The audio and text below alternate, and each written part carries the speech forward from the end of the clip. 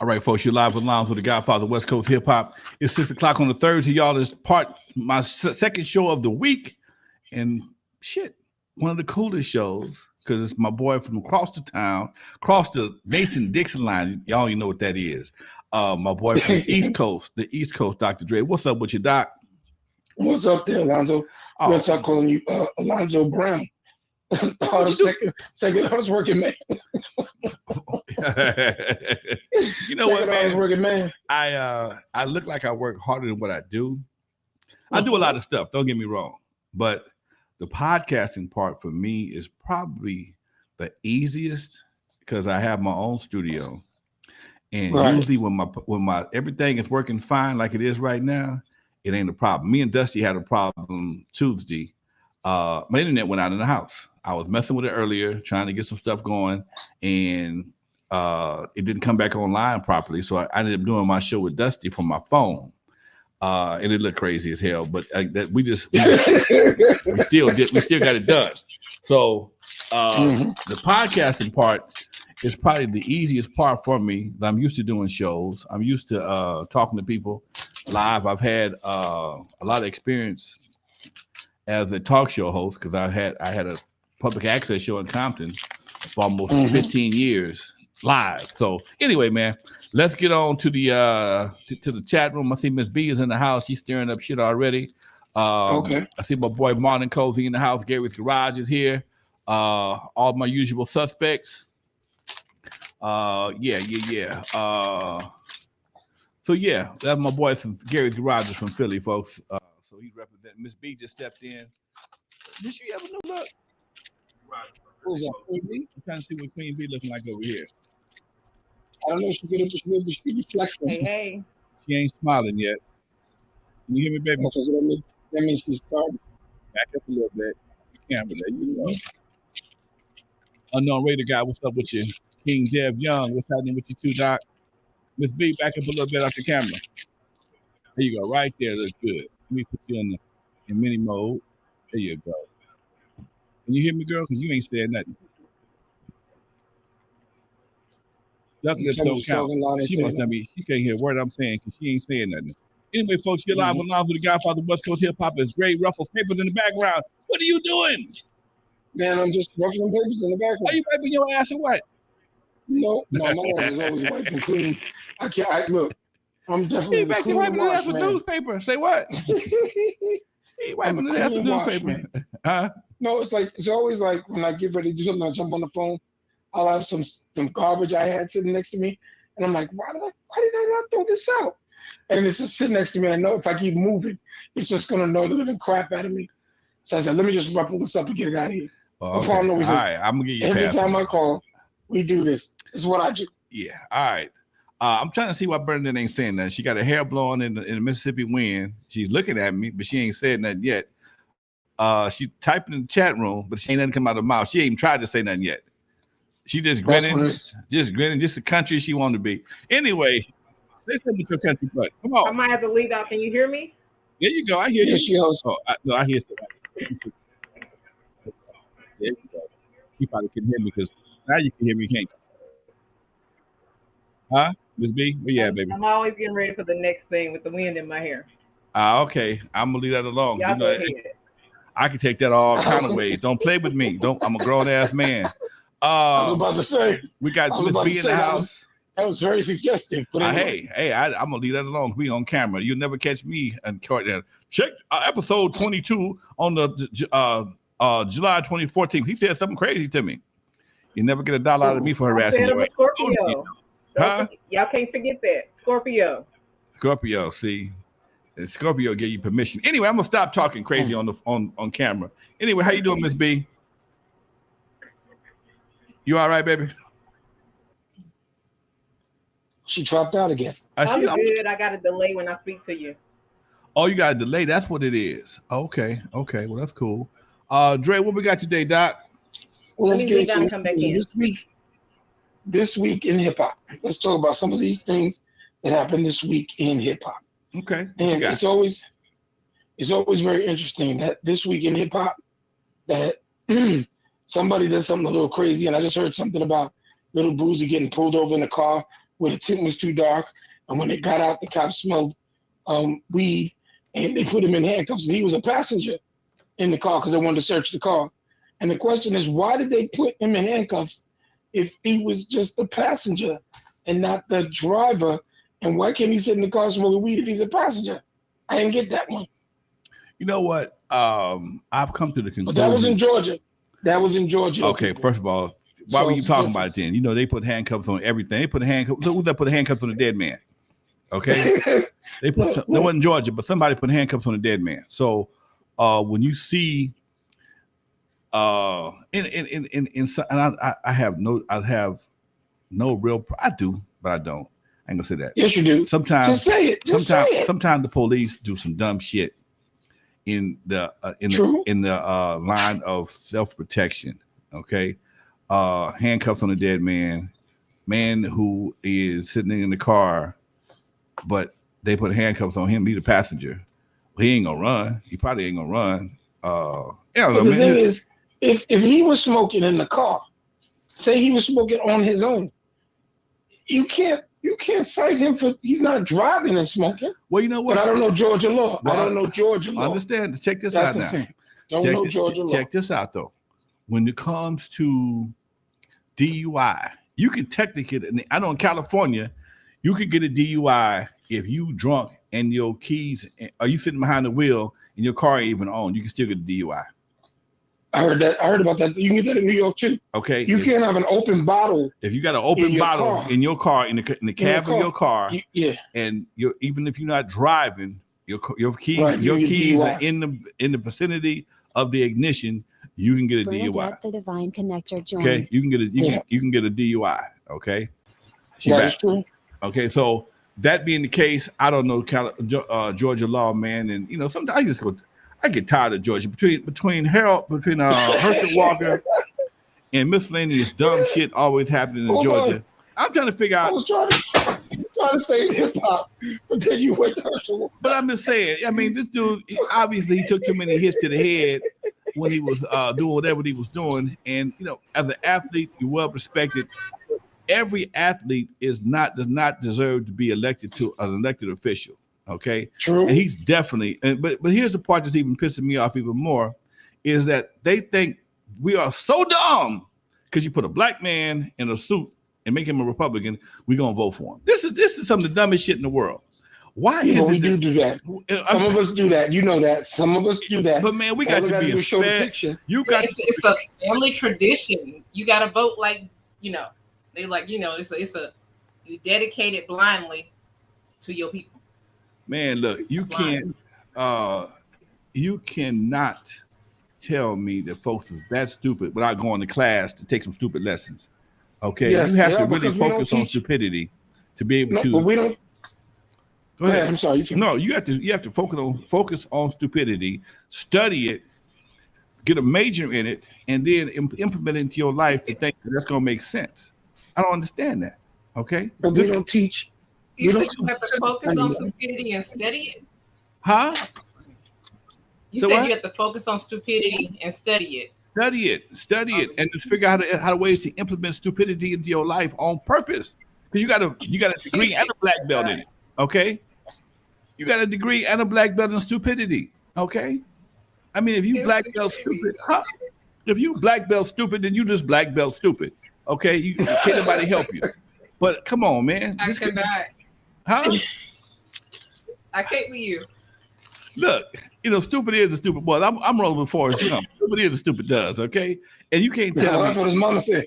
That's what his mama said. Okay. Mama said stupid is a stupid does, okay? Mama said.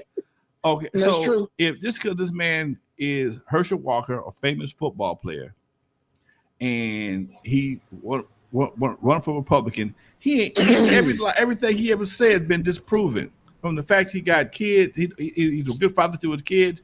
How much money he make? It's ridiculous, man. It makes he forgot sense. He had kids. He forgot. Yeah. Let me tell you something. If you get him in a huddle and you put him behind a quarterback, he would probably be a genius. Right. He would be amazing. That's the way I would campaign. Don't worry about what I say in the suit. Check me out when you hike the ball to me. Right. I will definitely get a touchdown. Then I'll be behind it. But they trying to make this thing strictly a popularity contest and for name recognition. And they got him going up against my girl Stacey Abrams. Oh no, No. He run against he's running against yeah. Reverend Warnock. Right. Reverend Warnock just got in there 2 years ago, and that's well, he picked up from the other senator that they had to depose, so he finished out that Senate time. So now this is his own Senate time. But the thing is, what we don't teach, and this is what we need to start getting people to understand is you need to understand how government really works, not what you think it's supposed to do. That's why when we sit there and we blame Biden, no, Biden should just be able to just do this and do this. It's like, no, he's not. He's not a dictator. He's a president. He's got to answer to branches of the government. Oh, why didn't he do something about them overturning the Roe v. Wade? No. So what, Bernadette? I'm just a bill. I said I paid attention to Schoolhouse Rock and learned about government a little bit. I did too. I love Schoolhouse. Didn't they talk about government? Schoolhouse Rock was fun. They talked about government. But here's the crazy part. That's what it was about. They don't even teach civics in school no more. That's what I just said. But if you want to, you can get Schoolhouse Rock. If you have Disney Plus, you can pull it up on Disney Plus and watch the section about government on Schoolhouse Rock. Believe it or not. But here's, so you can't just up on Capitol Hill. You know what? You cute, but don't sing. Don't sing. Just smile and look cute. There you go. That's fine. I know y'all know that's right. I'm just a bill. I'm just a bill on Capitol Hill. Yep. Man, I'm telling you, I tell people all the time, Schoolhouse Rock got me through quite a few tests back in the day. All right? Schoolhouse Rock got me through tests. Two things. Got you to sing the preamble of the Constitution. We the people, in order to form a more perfect union, establish government and pure domestic tranquility, provide for the common defense, establish general welfare at hand, ensure the justice of liberty, to ourselves and our prosperity, do ordain and establish this Constitution for the United States of America. And that's what made me crack up when they asked Donald Trump, can you do that? And he couldn't even do that. I was like, Schoolhouse Rock, dude. And Donald Trump's defense, I can't do it. I'm impressed that you can do it. Shit. Come on, man. It's the preamble to the Constitution. I know. I got the Pledge of Allegiance down, but everything else after that, I ain't got the Negro national anthem. You don't there you go. I told you, be cute, damn it. Again. Just be cute. You the eye candy, damn it. Don't be trying to do no singing. Leave that singing. I went to HBCU.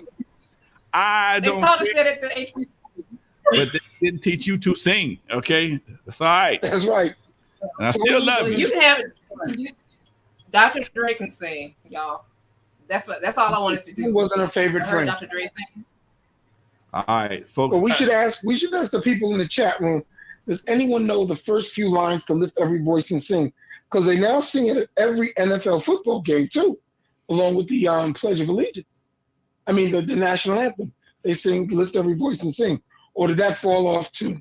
Now you know what, man. I think both of them shouldn't even be included. To tell you the truth, they are. They didn't. They shouldn't be. They don't need. You don't need either one of them. I mean, you're at a sporting event. Okay, you're at a sporting event. Some things, a government event. Yeah, I can see that. But a sporting event, why is the Pledge of Allegiance necessary? I'm just asking. Because the NFL is heavily supported by the United States military. Well, that's why. I'm gonna tell you exactly why. You're right. But it wasn't until I think the late 80s and the United States military just started sponsoring. They became one of the major sponsors for the NFL, and that's when you start singing the Pledge of Allegiance because it wasn't always there. What the military? No, the military's been there since the early 60s. No. Yes. Oh, okay. Yes, when they before the Super Bowl, remember they used to have high school and college bands do halftime. But the military always had the flyovers. But no, they always did the pledge, not the Pledge of Allegiance, the Star Spangled Banner. Yeah. Okay, now the Star Spangled Banner, but not the Pledge of Allegiance. I know one of them. No, it was the Star Spangled. I know one of them. They would always sing, and I'm gonna tell you why. Because a lot of football players back then were former vets, so that's why they incorporated that. And the NFL wasn't as lucrative as it is today. So when they made that deal with the military, it brought other major sponsors to the game. Remember, see, this is what is confusing to me about the Brittany Griner problem, where she says she had to go to Russia to play basketball. So it's because she wasn't getting what she was paid, the same money that the NBA is getting paid. Well, if you want players in the WNBA to get the LeBron James money, go to the games. It's that simple. If there's no one in the stands, you can't get paid. Now, that being said, I've been to NBA. I've been to WNBA games this year. You got to give me some excitement, ladies. You got to do some dunking, some you got to maybe something other than the basic. Because sometimes it looks like you're watching some amateurs. I'm sorry to tell you that. I'm keeping it 100. I'm finna be a little Kevin Samuels for a minute. I'm finna go Kevin Samuels on you. Don't get Kevin Samuels on us. You know what? Let me ask you a question. Do you watch NCAA women's basketball? No. Basketball? No. That's very exciting. No. I don't know why they can't get that excited. It reminds me in the WNBA. Watching the WNBA is like watching the ABA back in the day. I'm not the ABA. The NFL. I mean, National Basketball Association, CBA. Before they allowed dunking and 3-point shots. Okay, because used to be a time you couldn't dunk in the NBA. The NBA, yeah. They were doing that. There was no 3-point shot. Right. They were doing that in the ABA. They allowed dunking and 3-point shots in the ABA, and it made the game more exciting. That's when they started merging the two leagues. And then they had a red, white, and blue basketball. Right. Oh, yes, they did. Right. So I know I was a ball boy for the New York Nets. Okay. Not Brooklyn Nets. New York Nets. I was there with Steve Irvin, Larry Keenan, Bill Melchione. Let's see, Billy Paultz, Super John Williamson. They were the last champions of the ABA. And then I can't stand Roy Bowe, who actually sold Julius Erving to the Philadelphia 76ers. That rat bastard. I'll never forgive him for that. Sorry. All right. Hey, we got one. I did see this on my Facebook and Instagram page just the other day. Thank you, Derek Mallory. T-Pain said he would take Tupac out in the verses. T-Pain said he'd take Tupac out. T-Pain is different than Tupac totally. He said lyrics. T-Pain does not know that because I guess he thought Tupac was staying in the 1990s, and in 2022 he would still be the same Tupac that he was in the 90s. T-Pain is telling on his intellect and how far it can go. But anyway, I'm gonna let the legends have that. But we don't know. Hold on. We don't really know what Tupac would have done and how he evolved and where he would have gotten to. But even you Tupac, were evolving on. Look at you're evolving, Direct. Right? You're evolving. Look at you and Lonzo. You're evolving on these different platforms. Right, but that's why I said I don't know how people make those judgments. It's like trying to compare Michael Jordan and LeBron James. You can't. It's impossible. That's a little closer. LeBron is bigger. No, not even. That's like comparing Dr. J and Michael Jordan. Even Michael Jordan and them say that.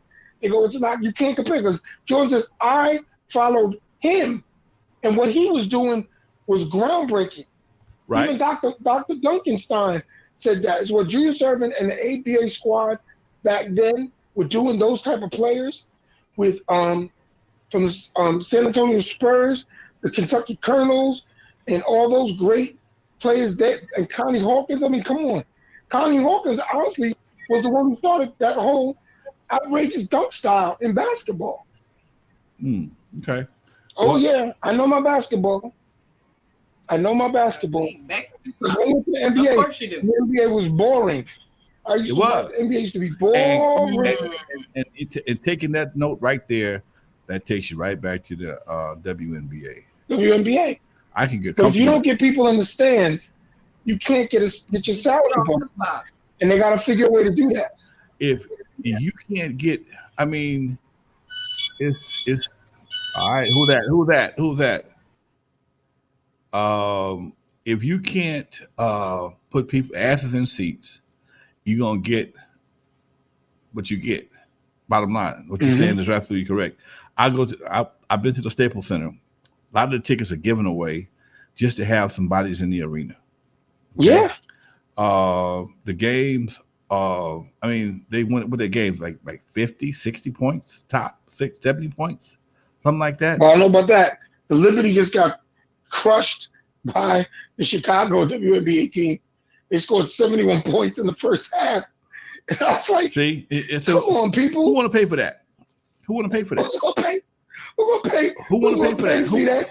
And then the hot dog is even twice as much as the seat. No. Man, don't and people have to understand. I'm about to segue into something else. People have to understand the economics of going out has changed so dramatically in the past 2 years. It's ridiculous. Okay, the economics of going out. Point in fact, I get invited all the time to come out. Man, come on, be my guest. Blah blah blah blah blah. And that's cool. I love doing that shit. I love going out to hang out different events.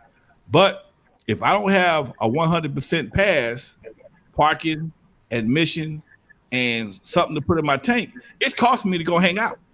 Okay, it's like almost $200-300. And until I realized it a couple years ago, doing BET weekend, I went out like 3 or 4 times straight back to back, and I was a guest at all the events, but I'm not the guest of the parking man, of the parking lot. Okay, I ain't the guest of the parking lot. Okay, so I got to give my man 25 one spot, 25 another spot, and most of the time you may get a drink, but that's limited. So if you want 2, okay, you're not gonna. Second one's on you. You get 2 now, and that's what gas was still three and some change. Okay, now it's 6.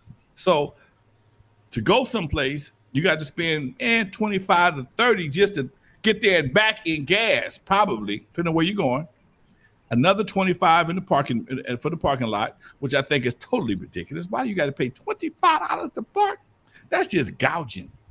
Okay. And then you gotta park almost 6 miles away from the arena. No. So you get an exercise program. No, usually if you pay $25, you can get valet. I just did the other night. I was mad. $20 to come in and do some other shit, and then if you look at the menu. If you get hungry, everything on the menu is $18. That's a dub all day long, huh? Yes. Okay. I go back. Chicken nugget. Like I go. I'm gonna show you how old I am there, Lonzo. I used to go to NCAA tournaments with my godmother, my mother, and some neighbors to watch St. John's and the Big East play. Okay. The Big East tournaments, and we used to carry in our own cooler into the stadium with sandwiches, drinks, and all that stuff. Mm-hmm. And the thing is, because my godmother said, these seats were expensive enough. I am not contributing to this craziness. And people would just be looking at us, and we would have a cooler, fully stocked cooler for 2 or 3 games, full of stuff. Amen. And the thing is, if you tried to sneak away and get a hot dog from the thing, and I told a hot dog was like $1, or no, a hot dog was like 75 cents. Something like that, she'd be pissed. It's like, we don't spend all this money on food and you over there getting a hot dog? Are you crazy? And don't try to come back there with a soda because you got a whole cooler full of sodas. Why would you buy a soda if you already got some anyway, though? I'm trying to. Because it's stupid. You're 10 years old, you're stupid. Okay. And you're trying to talk to the girl behind the counter. Okay. Who got, got that look and try that smile. So all you got is like 75 to $1 in your pocket. You trying to be impressive. Okay. So now, like my man Marlon Coates say, everything $20 on the menu. If you take somebody with you, your kid or a significant other, that's $40. Okay. 40 plus 25, that's 65. And you ain't paid for that. That's not including the gas yet. Now, it used to be a time people would say a day costs you $100. A day is $150, $200 nowadays. Okay. I'm glad I'm not dating. Okay. Dude, I mean, here's the crazy part. As prices rise, the youngsters of today will get accustomed to these high ass prices, and they won't bother them. Only reason why we're bitching right now because we've seen different. Yes. We've seen different.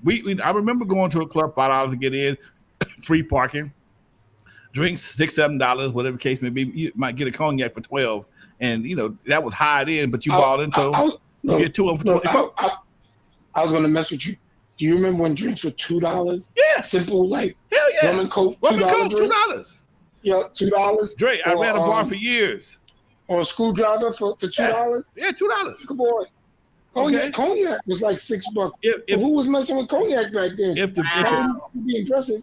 If the bartender was trying to be slick, she put on an extra quarter. It's $2.25.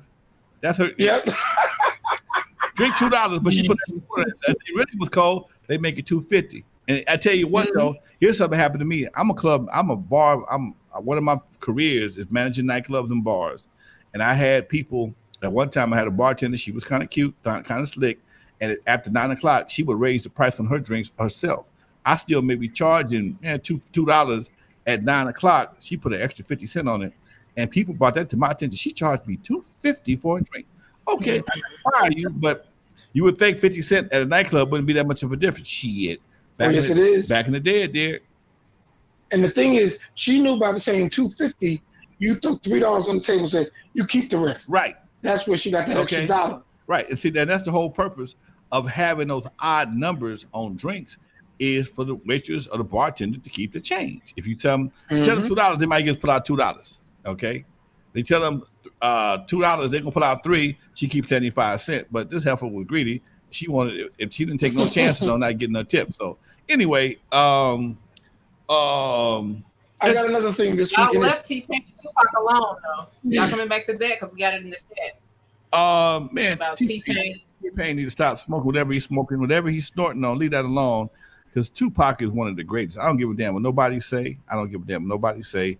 Yeah, we got the same birthday, but I have always had a lot of respect for Tupac lyrically and as an artist, because Tupac, although he was of the gangster category, he always had two sides of Tupac. He had a hard side and a soft side. Tupac is the only gangster I can recall that ever did songs for women. Everybody else, Cube, never did that. Cube never did it. Dre never did it. Biggie never did it. I want some pussy. I'm fucking you tonight, but never nothing that was uplifting or motivational to women. And for that, I give Tupac a lot of respect for that. You have to say he spoke to his mother through his songs. Mama, and what was actually going on and what he grew up around. So he spoke to that clearly, but he also spoke to the fact of the injustices that he witnessed and what people would do. Was he always a little half cocked and half off? Yeah, he would. That's what he did. And I actually asked him one time, I said, dude, why are you sitting there with Thug like Thug? I said, do you know what that's going to cost? Yeah, I'm just bringing attention to it. I said, yeah, but you know you're going to bring a lot of people that aren't paying attention the way you are. And they're going to mistake your words and go someplace else with it. And he's like, yeah, but that's the whole thing. Then we get everybody getting going at it. And we'll be able to deal with these folks. Yeah, but the folks you think you're going to be able to influence, they're not going to take it that way. They really are not. It's when you're saying stuff in your songs and you're proving your facts in your words works better than you screaming fire in a crowded theater.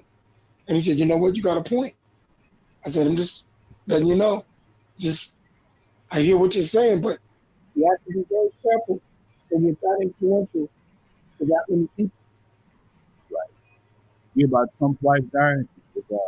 First wife, Ivana. Yeah. Yeah. Did she die or something? She fell on flight of stairs. Oh, no, she didn't want to keep it. Either way. I don't know the woman. I never met the woman. Can't speak to the woman. But from what I've understood, the reports say she wasn't the nicest lady on the planet. Okay. Wow.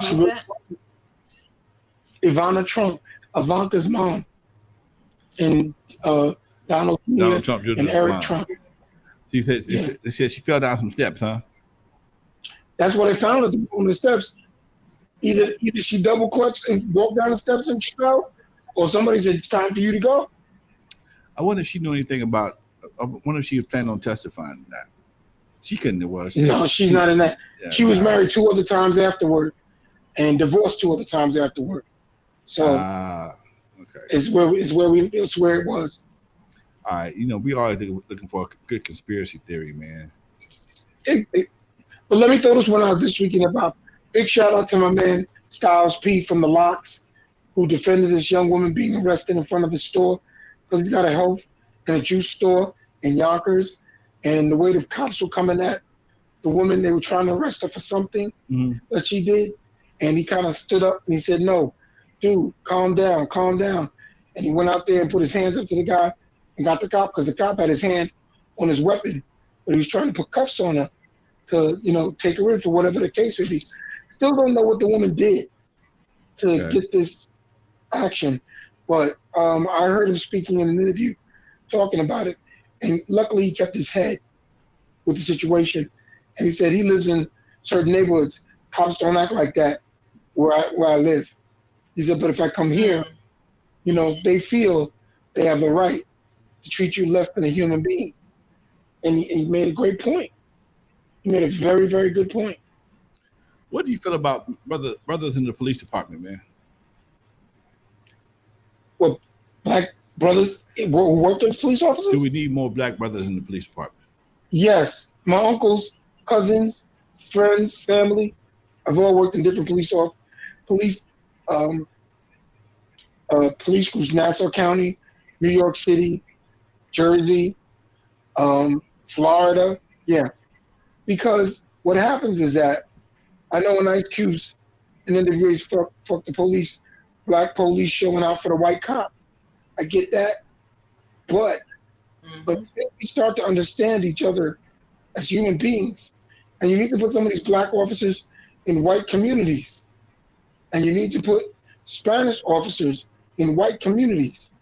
And if you have a white cop in a black community, you got to pair them with somebody local so they can talk and get a better understanding. It's not their fault that they don't know. They have no reason to come down to the communities of color unless they're coming to do something they can't do where they're at. Period. Right. Until we start to integrate, it'll make things easier on when a young man is trying to race away from the cops. He jumps out the car, and you're not going to put 100 shells towards him and 61 go in him. We have to figure that out.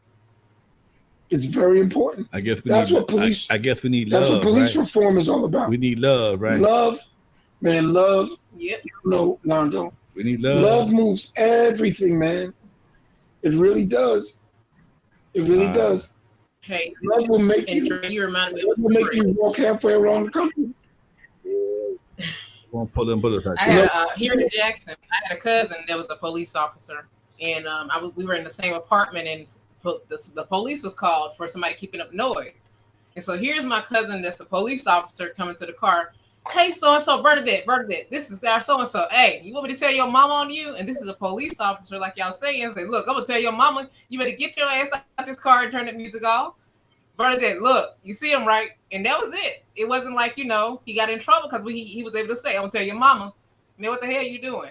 And that's squash, but it was the funniest thing to see. When your mama would do something to your ass, for him to even have to interact with you. Your mama, police talk to you, whop. All they did was say hello or whop anyway. Okay. Hey, my man Monaco, OG, Dub. Hey, Dusty and Lonzo talked about that on Tuesday. That is sad. That is true. We talking about this brother, Gary's Garage. He's out of Philly, and me and Dusty touched on this thing. These pack of kids, man, jumped on this 73-year-old dude and beat him to death. And we were trying to figure out how does that happen in this day and age? You don't tell them what might happen, but you got a pack of kids. Have you ever read the book? Have you ever read? Go ahead, I'm sorry. Hold on. They out at 3:00 in the morning.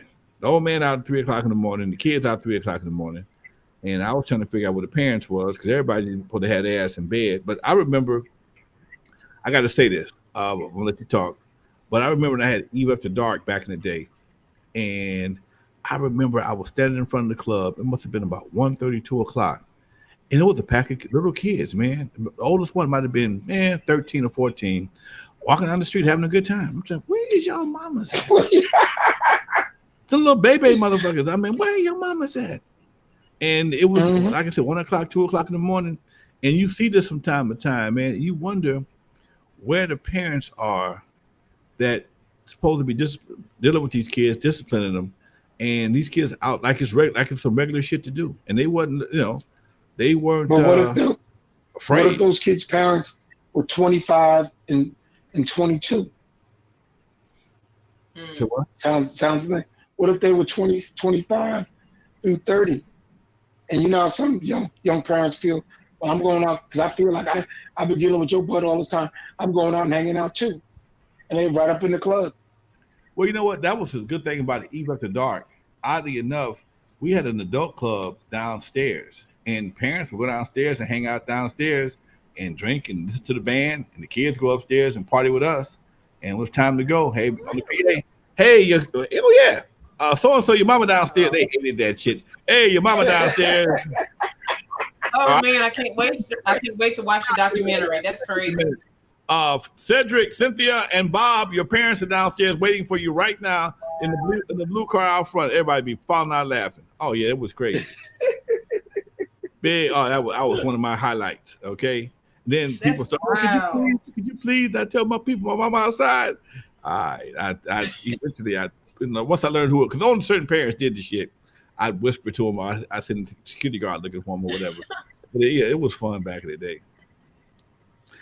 My brother's in the chat. My mom would have did it out loud. She would have made you do it on the microphone. Oh yeah, she loves to do it. No. Hey, a couple of parents came up in there looking for their kids, and mama got on the microphone. Oh, I dropped your ass. And where is your ass at now? Meet me at the front door. Don't you better say goodbye now. You won't see him for huh? See, you had. I said our mom won the class like that. But she would have did an all call. An all call. Just so everybody know Miss Bonnie is up there. Oh, okay. Now see, Lonzo, you had Eve After Dark. I had the local community center. It's called Kazura Youth Center, which used to be called the Martin Luther King Jr. Youth Center. Okay. Then they changed it to Kazura Youth Center. And when we went and did parties in there, this is when I'm a teenager. When you go in there and do a party, everybody's parent knew you was in there because that's what they did. The party started at 7, it was over at 10. So you know the age group we're talking about. If we tried to be slick and push it to 12, the parents would come in at 11. What are y'all doing? Turn that music off. Turn that music off. And they cut the lights on. What y'all doing in the corner? Yep. You better get your ass home before what? I said 10 o'clock. 10 o'clock. Because we would ignore us, say, yo, it's 10 o'clock. It's show's over. Because we would be just deep at 9:30. You just started turning it up. So the last thing you want to do is stop at 10 o'clock. Right. But when you did the youth centers, and we did that, yeah, we used to get kicked out at 11, 12 o'clock. We got lucky sometimes, but most times, parents would walk right in and turn the lights on. And it was like roaches scrambling. And everybody acting like they didn't know what was going on. Derek Mallory, much love. Derek Mallory sent us something that's crazy. I saw this. I forgot all about it. Ice Cube picked Lil Wayne as the best rapper alive over Tupac last week. Cube, I don't know what you was thinking about. I don't get it. Lil Wayne. What strand was it? Lil Wayne over Tupac? I don't get it. Best rapper alive? Is he the best rapper? Is he the best rapper alive? Maybe, you know what? Back it up. He did say alive. Okay. He did say alive. Okay. But last time I checked, Busta Rhymes' heart was still beating too. That's true. Busta Rhymes' heart was still beating. Quite a few folks still alive. Eminem still beating. He's still kicking. Mm-hmm. Okay. Come on, man. Cube was clout chasing. I don't know if he clout chasing or not. Cube, what he got a clout chase for? What he got a clout chase for? I don't know why he would say that. That's a statement that doesn't need to be said, but he said it. Why? For Lil Wayne? I mean, Lil Wayne owes a whole hit to Dr. Dre with, Pump That Bass. Lil Wayne? I thank you for that. Why? It sounds like, it's just like thank you for Pump That Bass for Lil Wayne, Dr. Dre. The original Pump That Bass, by the way, but it doesn't make sense. Definitely. Go ahead. But you know what I find interesting? That Cube would say that, and this is what I was saying earlier about basketball and mixing artist times versus their time when they were there. It's difficult when you say Tupac versus Lil Wayne. It's incomplete because Tupac didn't have the career Lil Wayne has had. It's just incomplete. You're basing it all on the last recordings of Tupac. You're not basing it on his, and it's just like saying, well, Biggie's the greatest rapper of all time. He can't be. He died at 25. How could he be the greatest? Well, understand that Tupac. Think about Tupac's body of work. Tupac had movies, all that shit was compressed. He did a lot of shit between 25. But we said rapper. Let's limit it to what he said. Okay. Greatest rapper of all time. If your career is snubbed out and they're just releasing stuff that you had in the studio, true, that's good body of work. But Lil Wayne kept making records. He's been recording twice as long as Tupac. But he ain't got the hits Tupac had. But he got his own hits in his own quiet. Way. He No, I can't. But see, he done good. Does Tupac have dead rapper hits, or does he have alive? Because they said when Tupac was alive, he sold 5 million records. When he died, it jumped to 22. Same thing with Biggie. When Biggie was alive, he sold 2 or 3 million records. When he died, that number jumped. So again, let's talk about his body of work while he was alive. Not what happened after he died. Because Biggie had a movie. Tupac hasn't had a life movie of his life. He had one that was like, Tupac had he was in a couple of different movies. He was in Yeah, he starred in movies. I said a movie about his life. Oh, okay. There hasn't been a Tupac movie. They had one. Tupac movie? No, yeah, not yet. They got a movie about Tupac's life. All Eyes on Me. Whack is all outdoors, but that's out. Came out right after Straight Outta Compton. Oh, it's whack. It's not a good movie. It's not a good movie. It's whack. It has some. Oh, we don't count them if they're not good, Dre? Huh? I got you. Oh, yeah. I guess we don't count them if they're not good. It was one, but this actor. In fact, I know more about the guy that played my part in the Atrium than I do the actor. Homeboy, he looked like Tupac. He had Tupac swag. He had a little Tupac swag, but the movie was shot in a low budget, cheap manner. They had a nice little budget. They didn't spend it on the film, on the movie though. They got paid. Mm-hmm. Okay. Yeah, my man said that movie was trash, especially after Straight Outta Compton. It came out right after Straight Outta Compton. I guess they was trying to take advantage of the Straight Outta Compton hype and jump on the bandwagon with the Tupac hype, and they missed the wagon altogether. They fell on the axle on their nuts. Okay, they missed the wagon. It was not happening. Said Ice-T was around by the time, but Too Short, one of the great ones. Okay, I got Too Short got his own style that he's not a great rapper, but he's Too Short. Too Short is more like a personality rapper. He got his own thing. Ain't nobody else in that lane but him, and he ain't got to go fast. Say it's fast. He just do what he do, say what he say, and get his money. Tupac, I think he got like 35, 40 albums or something like that. Too Short, he got a shitload of albums. Huh? You said Too Short got 34? No, albums? I think it's like 20 or something like that. What's he said? I remember he said on one of his album, on his cuts, he has, this is my 20th album or something like that, 20th studio album, something like that. I can believe that. And my man, Unknown Raider guy, said best rapper alive, K-Dot, Nas, Jay-Z, KRS-One. Yeah, I mean, come on, man. And Scarface the Storyteller, I ain't mad. All that. Chuck D too. Chuck D. Oh, come on, man. How do you even manage? How do you say that? I'm a huge fan. I just been talking to you about that way to over that shit at. I want to miss I don't know. I need to study Lil Wayne a bit more. I don't understand this some of the things he's done, like looking at the North London. And is he sipping on that scissor? They came out of a window that they created for themselves, and they spoke to their own audience. That's why I said it's so difficult to say this one is the greatest of all time because they talk to this one, that one, this, that. Yeah, but it all starts like Master. You'd have to say Master P is a great rapper in his own way because he spoke to his own audience. Okay. And then he expanded. You have to say every one of his lyrics was incredible, but you don't know. It was something because he had a movement. He had a strong movement. Yeah, for a minute. I made money on it too. Thank God. Thank you, Master P. Mm-hmm. There you go, Master P. Out of ice cream man. Out of ice cream man. How you make money off of it? Let us clue us into it. You don't know how I make money off of ice cream man? Legend, you got to tell the story like I wasn't their legend. Okay. Ice Cream Man is based off Turn Off the Lights. It's a sample of Turn Off the Lights. And every time somebody play Ice Cream Man, I get a check. There it is. I like it. I get a check. I like it. I like it a lot.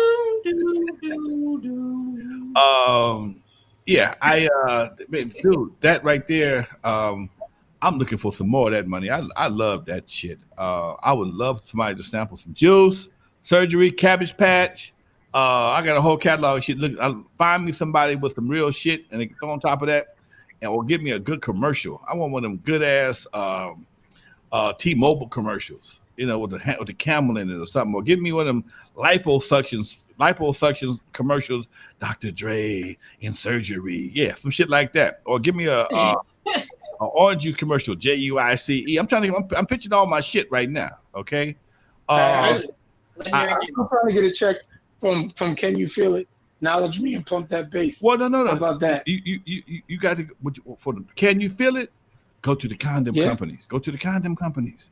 Can you feel it? There is a black condom company that has organic condoms. I don't know why they're organic. You might need to talk to him. I met him in Clubhouse. Okay. Organic condoms. I guess they dissolve in your mouth, not in your hands. I don't know. I met the CEO and the founder. Y'all keep throwing me these lobs. I can't tell you. I'm trying to be good, but y'all making it real hard. I'm gonna research it. I'll come back. What are you doing? I threw it out there. Say what? I'm trying to look. Can you feel it? I'm having brainstorms with y'all about the doggone. Can you feel it? Okay, that's a good comment. Okay, there you go.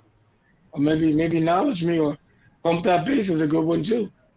That would be one for certain surgeries done in the Dominican Republic. Pump That Bass. Wait. Rob said, did Dr. Dre do Knowledge Me? Excuse me. Rob asked me about that. Dr. Dre, did you do Knowledge Me? Yes, I did. I'm hashtagging that all over the place. I'm tighten up. Well, you know what? Rob asked that. My boy Marlon Cozy said something about he's bionic. That goes good with the fake hair, the booty, the eyelashes, and lip implants. She's bionic. Got lips and ass from out of her face. I'm right there. You know, we're dating ourselves. We're using terms like bionic. That's a $6 million man. Who was that? I was talking to somebody about being bionic. One of my partners got a hip and a hip on one side and a knee on the other. Negro, can you run? How fast can you run? You're gonna get you a check. Anyway, folks, we having some fun today. You live with Lonzo and Dr. Dre, Legendary Connection in the house. Say what, Miss B? The chat is live. It's a question for Dre. It's like, was it the 45 Kings who did the 1900 number part of his crew or not? Or no? No, the 900 number. DJ Mark, the 45 King, was a producer, DJ, and he did the 900 number, yes, which we made famous by playing it on your MTV Raps, yes. And then the Ed Lover Dance was recording that song, yes. You know what, man? Think about this for a minute, Dre. You would think with all the technology that we have right now that we'd have some way to benefit to create another show like Soul Train or Your MTV Raps or whatever. But for some reason, man, I don't understand why those those formats are no longer viable. Because there's no appointment television anymore. People watch when they feel like it. They're not going to sit around and they're not going to say, "Oh, I got to watch this to see this performance." Okay, they barely do it. Point. They go ahead. Well, I mean, I'm saying you're right. You're right, because if you record it and play it later on, that's even better, I would think. I mean, because if you miss Soul Train, you didn't see it again till if you missed it in December, you didn't see it again till June. So I would think if you recorded the show and let people know it was available, they can watch it. And and what way the commercials are, it's great for sponsors, because every time they run the commercial, it's commercials are embedded in the show for eternity. Afro Sheen, so and so Sheen, and other what do you call it? Products, hair products. Okay. But I'm just saying, you would think that only one person, Hulu, had inserts commercials. Everybody else's commercials are pretty much embedded into the television show. So it'd be a great source for advertising if anybody want to advertise. So I'm just thinking out loud as usual. But yeah, folks, you're live with Lonzo, the Godfather of West Coast Hip Hop, and my man Dr. Dre and Miss B. What you saying, Dre? I was going to say, I don't understand why Don Cornelius' family isn't trying to find a way, besides just putting it on BET, but because I watch on MeTV, the Ed Sullivan Show, and on Antenna TV, Johnny Carson, and all these other places, even Flip Wilson. I know why. Tell me why. I'm gonna tell you why. Because every show you just mentioned had a band, okay? Except for the Ed Sullivan Show. I think even Ed Sullivan had a band too, if I'm mistaken. Most of the when you use the actual master, and they lip sync, you got to get a whole nother license. And those licenses, especially those licenses, have all expired. Okay, all those licenses have expired. Nobody thought about perpetuity. Nobody thought about the universe. So the licenses necessary to get those songs on a streaming platform would be outrageous. Okay, I mean, you're talking about Barry White and Isley Brothers and Al Green and Earth, Wind and Fire. Most of all those acts, except for Barry White, and I think Barry White, James Brown, are the only ones that did not use the band, a live band. So when you use a live band, create a new master that you control. Earth, Wind & Fire used a live band. Okay. Earth, Wind & Fire. Okay. Because Earth, Wind & Fire, in reading Maurice Wright's book and Philip Bailey's book, when they started getting the money back after years of recording, and then they started getting the money, the royalties, Philip Bailey said he got that check and his eyes almost bumped out of his head. He couldn't believe how big it was. Okay. You're talking about the guy that sang and wrote Reasons with Maurice Wright. I mean, Philip Bailey's catalog is ridiculous. Okay. But the thing is, when you watch on the Ed Sullivan Show, they perform the Motown hits with a band. But 9 times out of 10, the Motown band comes and plays for Diana Ross and the Supremes, Temptations, and all that. So, but you got it's owned by Ed Sullivan. Okay, yeah, right. So now you got a new master. Okay, you still got to pay the publishing. The publishing is not a problem. It's the master use that's going to kill you. Okay, when they lip sync to Berry Gordy makes money for retarded. When over Motown. When you go to Johnny Carson, the Johnny Carson band plays the music. Okay, so therefore that's a new master that's controlled by Johnny Carson. They pay the publishing, no big deal. Okay, Soul Train, you got it. It's like a compilation album. You got multiple bands, you got publishing and master use, and most of the time they're controlled by different people, and they got different prices. And the same reason why you don't see a lot of music video shows, because you got multiple issues on a music video show. You got licensing, master for the song, publishing for the song, and production of the video. So you got another headache that they've never been able to figure out yet. There's no formula that can satisfy all three entities that would make a music video and make everybody happy, because you got videos that are done for $300 and then you got videos that are done for $3 million. So are you paying them the same royalty?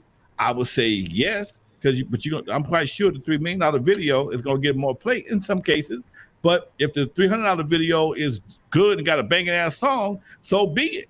But that's where your problem comes in. And it's why you don't see a lot of video shows as much as videos are a part of the promotion of a product, of a song. You don't see the video shows like you used to. That's true. Got a point. That's one reason why we were MTV. I got away with so much because it was music television. So most of the stuff that I was playing on the turntables, people were like, yo, Dre's dropping huge lead songs and stuff like that on the turntables. And no one ever questioned it because I was on MTV. Well, because of all the music. Back then what you were doing was so fucking new. They hadn't realized, oh, we getting fucked. We got publishing money coming. One of my first publishing deals, one of my first licensing deals that actually cost me the Wrecking Crew was with Dance Fever. Danny Terrio, somebody on Dance Fever wanted to use Juice to dance to on Dance Fever.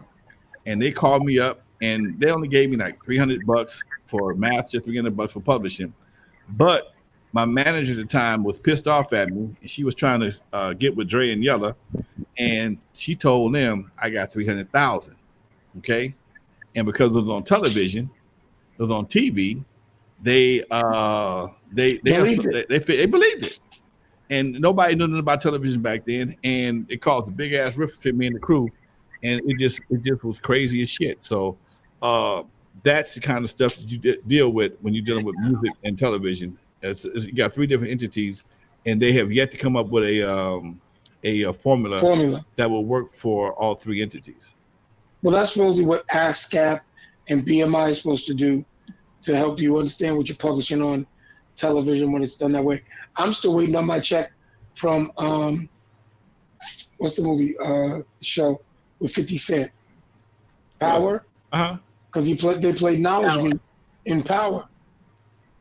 Oh, did and they? I'm like, who cleared it? Yo, what the frick? Who cleared it? Who cleared it? I don't know. Somebody had to clear it. Yeah. Who's the publisher? Probably came through Def Jam. Who's the publisher? Def Jam? Def Jam, yeah. Def Jam is the publisher? You're the writer? Are you not co-publisher like that? No, back then, you wasn't getting that. That wasn't a Rick Rubin deal. Wait. In the book. Stop. So you wrote the song. Are you wrote and produced the song? Are you credited as a writer though? Yes. Okay. So yes. Def Jam had to clear it, and you probably. I tell you what, I had a song that was in Snowfall. It takes about a quarter and a half, maybe 2 quarters to actually see some real money out of that shit. I had movies, Mm-hmm. I had songs in the Michelet story. It took that thing came out in August. I didn't get money to admin the following June. I didn't see an impact on my statements to the following June, but they come through pretty good now though. The reruns, that shit's on HBO and some other platforms. Is she on A&E? Her show was on A&E. It was on it wasn't A&E. It was Lifetime. Bravo? It was Lifetime. Lifetime, yeah. When it came out on Lifetime, it was kind of weak. I didn't make a lot of money on Lifetime, but when they put that shit on Showtime, they put that shit on HBO and the other platforms, your bald head boy got paid. Well, this is what legends, y'all. Legends. That's gonna go around and say, hey, Dre got all these records. Dre's been influential with this. It's time to collect. And the thing is, people don't realize there's publishing, there's mechanicals, there's all different essences of just the music side of it. And if you own your shit like I do, you get paid on all of them. All right, folks, almost time for to wrap this show up. Jay, what you got to say before we go, baby? I got to say, I'm just listening. Folks out there, if you're smoking weed and you're in the passenger seat, roll the window down because the cops are going to handcuff you too. Thank you, Little Boozy. So this is boy Lonzo. I'll be in Sacramento at the Guild Theater Saturday Beach Teller and Clientele doing a book signing. Might do a little something on the turntables. It's all going down. We'll also be on Good Morning Sacramento, 9 o'clock Saturday morning. I'll be on Sacramento radio station tomorrow morning. Oh, it's going down on Friday morning. So yes, folks, And also, don't forget about my prostate cancer walk. If you're in LA, the prostate cancer walk's going down September 17th at the Cal State Dominguez College. We got a new sponsor today, Providence Hospital, and also the city of Carson. My man Cedric Hicks is going down for prostate cancer. Here we go, folks. Well, I'm gonna walk out here for you. So we're gonna get me on the phone when you're walking, and I'll just walk in place here. Nigga, we'll roll you around. And you can say I'm walking. All right. What you got, I have nothing. Class is in session. Class is in session with the legends. Love y'all. All right, baby. I will see y'all later. This is Lonzo, the Godfather of West Coast Hip Hop. Miss B and Dr. Dre, Legendary Connects, folks. We up out of here. I will see y'all Tuesday with my man Dusty Vision. In the meantime, thank y'all for tuning in. Chat room. We love you, folks. Thank y'all for being here, and we are out.